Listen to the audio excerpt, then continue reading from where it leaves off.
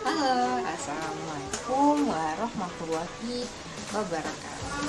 Perkenalkan, nama saya Risma Distiana Wiono dari kelas 4C jurusan Teknologi Pangan dengan NIM 44442000102. Nah, di sini saya akan membahas sedikit tentang analisis lipid menggunakan metode gas kromatografi. Nah, sebelumnya apakah kalian sudah tahu apa itu analisis lipid? Terutama apa itu lipid ya? Stay tune. Lipid atau lemak dan minyak adalah suatu trigliserida atau triacylglycerol. Nah, mempunyai beberapa perbedaan nih antara suatu lemak dan juga minyak. Lemak itu berbentuk padat, sedangkan minyak berbentuk cair pada suhu kamar. Nah, lemak tersusun oleh asam lemak jenuh, sedangkan minyak tersusun oleh asam lemak yang tak jenuh. Lemak dan minyak adalah bahan-bahan yang tidak larut dalam air. Lemak dan minyak merupakan salah satu kelompok yang termasuk ke dalam golongan lipida, yaitu senyawa organik yang mempunyai suatu sifat khas yang sebelum sudah dibahas, yaitu tidak larut dalam air, tetapi dapat larut dalam pelarut organik. Contohnya seperti keter, benzena, kloroform, dan lain-lain. Nah, untuk menentukan kandungan lemak biasanya menggunakan pelarut. Selain lemak, komponen-komponen lain seperti fosfolipida, sterol, asam lemak bebas, karotenoid, dan pigmen lain akan ikut terlarut. Nah, maka kadar lemak tersebut disebut sebagai lemak asam atau fruit fat. Nah, analisis yang kali ini akan saya bahas yaitu menggunakan metode gas kromatografi. Nah, apakah kalian sudah tahu apa sih gas kromatografi? Akan dibahas selanjutnya. Kromatografi gas adalah alat penganalisis yang paling banyak digunakan di dunia. Untuk kalung kapiler yang efisien, memiliki resolusi yang sangat tinggi. Sebagai contohnya, mampu memisahkan lebih dari 450 komponen dalam aroma kopi atau komponen pada bahan alami. Contohnya seperti minyak peppermint. Nah, keuntungan dari penggunaan metode kromatografi gas atau gas kromatografi pada suatu analisis adalah cepat, efisien, dan juga akurat. Alat kromatografi gas yang biasa atau umumnya digunakan adalah spektroskopi, yaitu untuk mengetahui suatu identitas dari kurva yang tertera pada rekorder. Nah, kromatografi gas merupakan salah satu teknik pemisahan senyawa berdasarkan perbedaan distribusi pergerakan yang terjadi di antara fase gerak dan juga fase diam untuk pemisahan senyawa yang berada pada suatu larutan. Nah, senyawa minyak yang terlarut atau senyawa lipid yang terlarut pada fase gerak akan melewati kolom partisi yang merupakan fase diam. Nah, senyawa yang memiliki kesesuaian kepolaran dengan bahan yang berada dalam suatu fase diam yang diletakkan di dalam kolom partisipasi akan cenderung bergerak lebih lambat dibandingkan senyawa yang memiliki perbedaan kepolaran dengan bahan yang ada di kolom partisi sendiri itu. Pada umumnya, kromatografi gas atau gas kromatografi memiliki prinsip kerja yang didasari dari pemisahan fisik suatu senyawa organik pada suhu tertentu, di mana senyawa tersebut dibawa oleh suatu gas pembawa menuju ke kolom partisi. Nah, setiap senyawa akan memiliki kecepatan yang berbeda-beda dalam kecepatan untuk melewati kolom sesuai dengan nilai kepolarannya masing-masing. Kromatografi gas dapat dipakai untuk melakukan analisis asam lemak pada minyak dalam bentuk metil esternya. Dalam analisis ini diperlukan beberapa teknik yang dapat menampilkan pemisahan metil ester penyusun minyak dalam kolom kromatografi dengan baik. Senyawa metil ester dari asam lemak suatu minyak mempunyai perbedaan triklidik yang kecil sehingga pemisahan beberapa metil ester pada suatu suhu konstan akan mengalami kesulitan. Oleh sebab itu, diperlukanlah teknik suhu terprogram untuk menganalisis metil ester asam lemak dari suatu minyak. Nah, asam lemak sendiri merupakan kelompok bahan alam yang sangat kompleks untuk dilakukan analisis langsung. Hingga saat ini tidak ada satu metode sederhana untuk mengidentifikasi asam lemak. Nah, untuk menentukan jenis dan komposisi asam lemak dilakukanlah esterifikasi yang menghasilkan metil ester, kemudian diikuti dengan frakinasi. Nah, frakinasi ini bisa dilakukan dengan cara kromatografi gas, kromatografi lapis tipis, atau menggunakan spektrofotometer dengan sinar inframerah. Kromatografi lapis tipis atau biasa disebut sebagai KLP merupakan metode analisa kualitatif untuk mendeteksi keberadaan komponen-komponen yang terdapat dalam suatu senyawa. Komponen-komponen tersebut dipisahkan berdasarkan perbedaan peran masing-masing zat. Nah, dalam penggunaan metode ini tidak diperlukannya waktu yang lama, namun hasil didapatkan baik dan tidak memerlukan sampel dalam jumlah yang banyak. Fase diam yang digunakan dalam teknik ini adalah plat silika gel, alumina, atau serbuk selulosa. Plat silika gel bersifat polar karena mengandung gugus hidroksil. Selain itu, fase diam juga harus dapat berpendar di bawah sinar ultraviolet, sedangkan fase geraknya atau eluen disesuaikan dengan jenis sampel yang akan nantinya dipisahkan.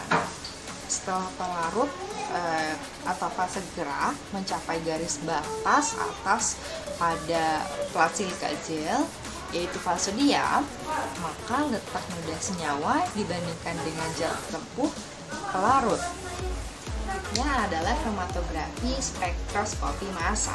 Nah, metode ini merupakan teknik pemisahan campuran berdasarkan perbedaan distribusi antara dua fasa, yaitu fasa diam dan juga fasa gerak. Pemisahan campuran menggunakan suhu tinggi dalam rentang waktu yang cukup lama menyebabkan campuran senyawa mudah menguap serta terpisah perlahan-lahan, sehingga diperlukannya pengubahan senyawa asam lemak yang akan diuji menjadi senyawa mudah menguap, yaitu senyawa metil ester. Beberapa proses yang dapat dilakukan untuk mengubah asam lemak menjadi metil ester, yaitu proses esterifikasi dan juga proses transesterifikasi. Esterifikasi merupakan tahap pembentukan metil ester.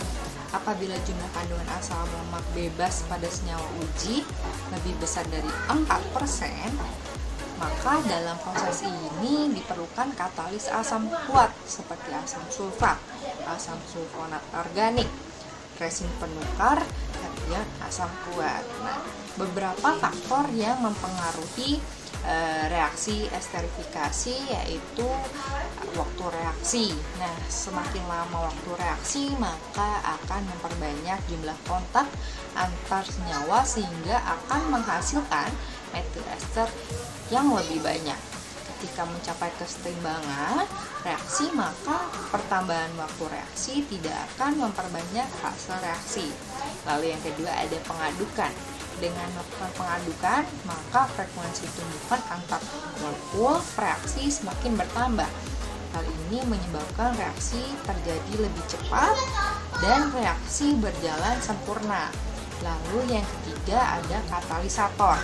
Nah, katalis berfungsi untuk mempercepat suatu reaksi. Dengan menambahkan katalisator, maka tenaga yang diperlukan untuk mencapai energi aktivasi akan berkurang karena katalis dapat menyumbang energi aktivasi.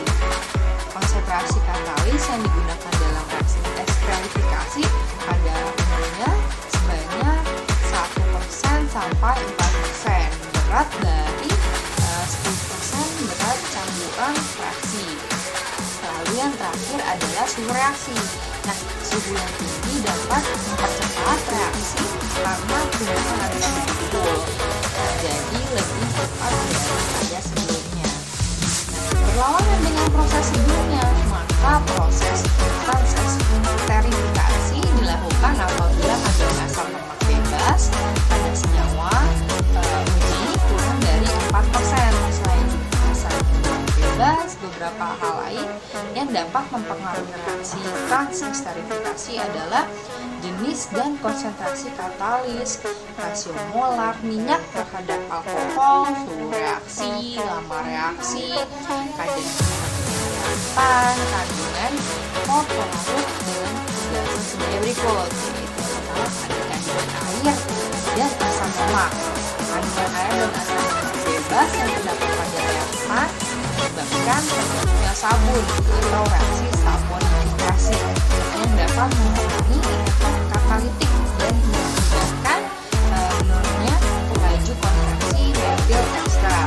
Lalu juga ada jenis dan konsentrasi katalis. Nah, katalis yang dapat digunakan dalam reaksi transesterifikasi adalah katalis asam, basa maupun enzim.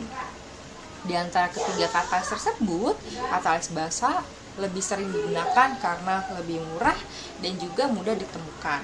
Lalu yang ketiga adalah rasio molar minyak terhadap alkohol. Dengan perhitungan stoikiometri, setiap 1 mol reaktan minyak pada reaksi transesterifikasi diperlukan 3 mol alkohol sehingga menghasilkan 3 mol metil ester dan 1 mol gliserol. Penggunaan alkohol berlebih dapat meningkatkan jumlah hasil reaksi atau metil ester. Lalu yang terakhir adalah kopelarut. Minyak dengan sifat nonpolar tentu tidak akan larut sempurna dalam pelarut metanol. Hal tersebut dapat menghambat terjadinya reaksi transesterifikasi sehingga diperlukan pelarut tambahan dengan sifat nonpolar dan juga monofase. Nah, pelarut campuran itu disebut kopelarut untuk mempercepat proses reaksi. Pada proses ini, umumnya asam lemak direaksikan dengan alkohol berlebih ditambah katalis basa. Nah, setelah dilakukannya pengubahan senyawa asam lemak menjadi senyawa ester, maka diperlukan beberapa metode untuk memurnikan senyawa metil ester yang telah diperoleh tersebut, yaitu yang pertama ada teknik separasi atau pencucian dengan air. Dengan air distilat, zat-zat pengotor seperti metanol, sisa katalis, gliserol, dan juga sabun akan terpisah dari hasil reaksi yang diinginkan. Pada wadah, air dan zat terlarut di dalamnya akan berada di bagian bawah karena densitasnya lebih besar daripada metil ester. Dengan meneteskan air perlahan dari atas secara merata, maka air akan turun membawa zat sisa yang tidak diinginkan. Lalu yang kedua, ada teknik pengadukan atau pencucian dengan air. Nah, metode ini dilakukan dengan kecepatan tinggi selama 5 sampai dengan 10 menit dengan menambahkan air sebanyak jumlah metil ester yang diperoleh akan terbentuk emulsi dari campuran air metil ester. Kemudian air dan metil ester terpisah dan metil ester terletak pada lapisan atas. Lalu yang terakhir adalah aerasi. Nah, teknik ini dilakukan dengan cara mengalirkan udara ke dalam metil ester selama 8 sampai 10 jam. Udara yang dihembuskan akan membawa alkohol dan juga katalis yang tidak bereaksi akan membentuk busa di permukaan. Selanjutnya, senyawa ester siap diuji dengan metode kromatografi gas. Nah, metode ini merupakan metode gabungan antara metode ekstraksi dan juga destilasi. Berbeda dengan kromatografi lainnya, fase gerak pada kromatografi gas tidak bereaksi dengan analit dan hanya membawa gas pembawa. Fase gerak dalam metode ini adalah gas pembawa sampel akan dialirkan ke dalam kolom. Proses pemisahan komponen sampel pada kolom kromatografi gas dipengaruhi oleh interaksinya terhadap fasa diam. Jika fasa diam berupa padatan berpori, maka akan terjadi proses absorb, dan bila fasa diam berupa cairan, maka proses yang terjadi adalah partisi gas cair. Nah, sekian sedikit pembahasan mengenai analisis lipid menggunakan metode gas kromatografi dari saya. Kurang lebihnya mohon maaf. Terima kasih atas perhatiannya. Wassalamualaikum warahmatullahi wabarakatuh.